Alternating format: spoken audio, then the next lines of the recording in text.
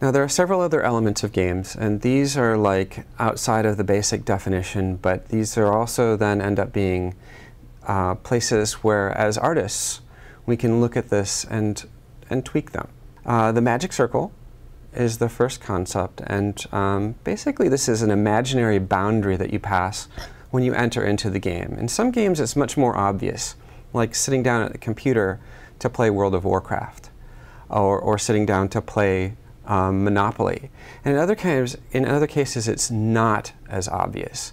You don't necessarily notice that you've started to play some word games, or something that's like a casual game between friends.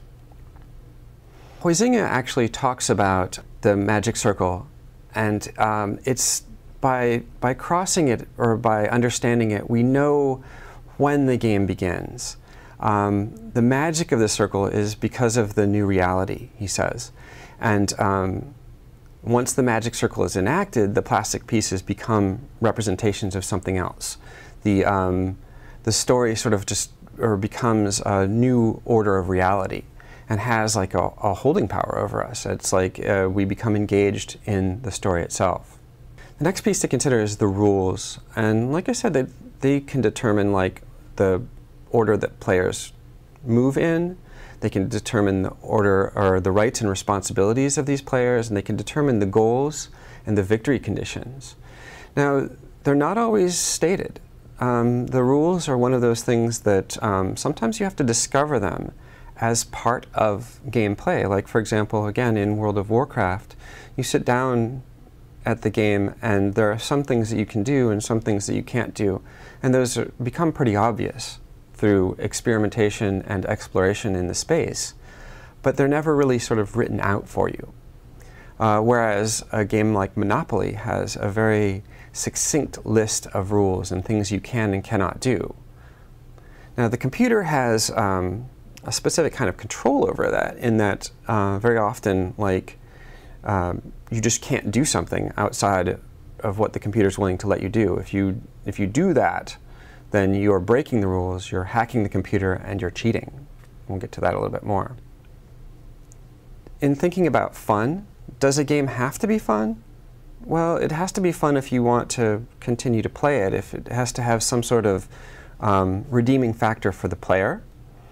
Fun is like what, a quality of amusement, a sense of playfulness, and there's the word play again. But there's also this this tendency in contemporary games to consider things like serious games. And these are games that are like made specifically for teaching things.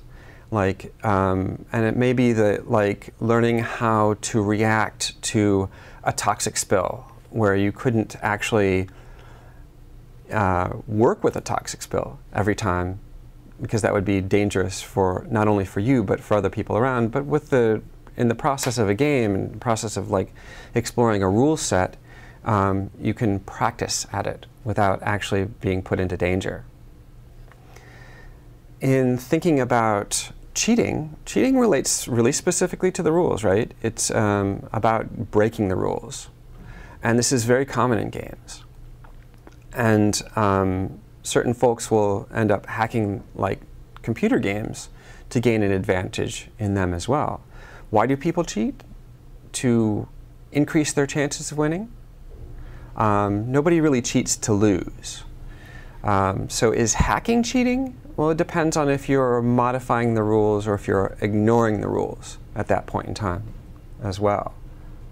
And then finally, the last concept that I want to think about in this is the spoil sport. The spoil sport is someone who is in the area or is aware of the game but refuses to play. It may be somebody who is sort of kibitzing on a Monopoly game, but essentially what they do is they sort of deny the magic circle. They deny this other, this alternate reality that is created by the players. And so they become a distraction, if nothing else. Now, there are many types of games. There's a type of game pretty much for any type of action you can imagine, whether it be something physical, whether it be a simulation, whether it be like even just like a card game or a puzzle game or some sort of like quiz. As humans, we have a tendency to see actions and think about them in a playful manner, and this like actually begets games. So the big question is then, how do you engage in games? What is the way, the primary way that you do this? And that's by playing them. And this is the most important thing. You can't experience a game by watching a video of a game. You can't experience a game by reading about it. You have to actually experience it by playing it. And this is because it's possible to embed in the interaction actual meaning. And that's one of the things that we want to study, and particularly as artists.